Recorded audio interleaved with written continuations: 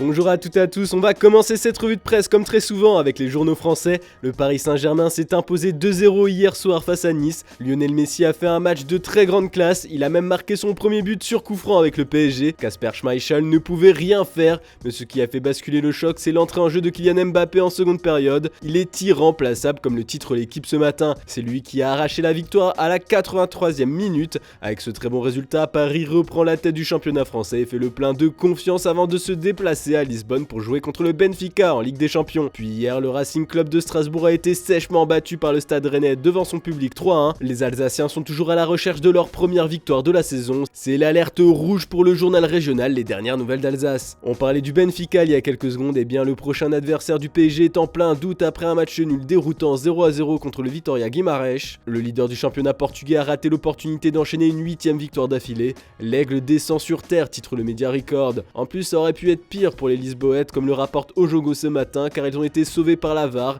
qui a annulé un penalty concédé par Vlaco Dimos pour une faute sur Lameras. Mais les deux quotidiens portugais avertissent Paris ce matin, il faut faire attention à l'aigle quand il a été blessé, il peut vous prendre dans ses griffes. Et on n'a pas terminé de traiter les derniers résultats un peu partout en Europe. La Roma a assommé l'Inter hier soir 2-1 à San Siro. Paulo Dybala a même marqué un but. Cette victoire, c'est celle de Mourinho pour le Corriere dello Sport. Il a coulé l'Inter, comme l'écrit le journal. Avec ce résultat, l'AS Roma remonte à la 5e place, tandis que l'Inter reste bloqué à la 7e place en attendant la suite de cette 8e journée. En tout cas, les dirigeants continuent d'assumer que la place d'Inzaghi sur le banc des Nerazzurri n'est pas remise en doute malgré la colère de certains supporters. Puis du côté de la Gazzetta dello Sport, c'est l'AC Milan qui est bien mis en avant ce dimanche. Après sa défaite à domicile contre Naples, les rossoneri se sont bien repris en battant l'Empoli à l'extérieur 3-1. 2 buts dans le temps additionnel, dont un chef-d'œuvre de Leao pour ce Milan de fer, rapporte le journal au papier rose. Et dans un petit encart, le média rapporte aussi la nouvelle victoire de Naples. Le leader de Serie A s'envole au classement après avoir écrasé le Torino 3-1. Enfin, pour être bien complet sur les infos venues d'Italie, on apprend en lisant Tuttosport que le PSG n'est pas insensible au talent de Dusan Vlahovic. La Juventus n'a pas l'intention de vendre le Serbe, ils ont des projets à long terme pour lui. Mais Paris lui fait un appel du pied, il est le bienvenu en France. Le journal italien a analysé les dernières déclarations des dirigeants parisiens et de Christophe Galtier.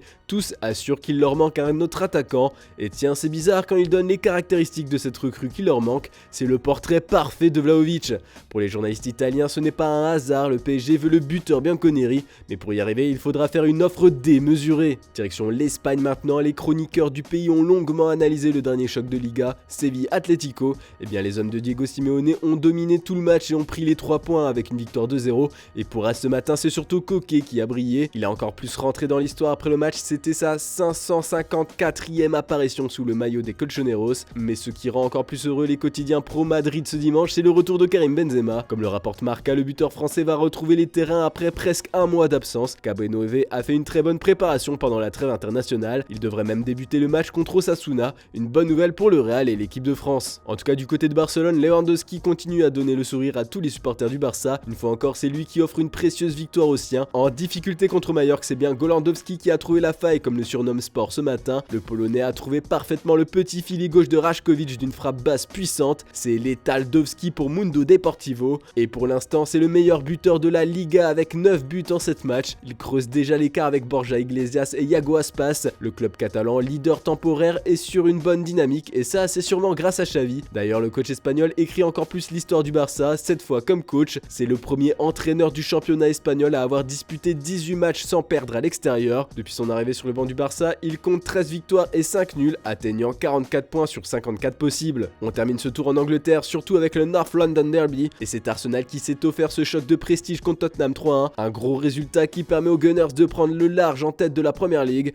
On peut voir la joie des joueurs d'Arteta sur la première page du Daily Telegraph, et dans les pages sport du Sunday Mirror, on peut trouver un jeu de mots avec Thomas Partey, que la fête commence. En même temps, c'est lui l'auteur du premier but de la rencontre, un boulet de canon qui est parti directement dans la lucarne gauche de Lloris. Puis pour être complet sur l'actu d'Arsenal, on apprend ce matin en lisant le Daily Express que le club va se lancer dans la bataille pour Ruben Neves. Mikel Arteta a plusieurs fois demandé à sa direction un nouveau milieu de terrain, et d'après le journal, c'est Ruben Neves qu'il veut. Ça ne va pas être facile pour le club londonien, car Barcelone, Liverpool et Manchester aussi sont sur le coup pour recruter le portugais des Wolves. Voilà, c'est tout pour ce dimanche, on se retrouve demain matin pour une nouvelle revue de presse. Ne manquez pas le JT Foot Mercato du week-end en fin d'après-midi. Bonne journée à toutes et à tous.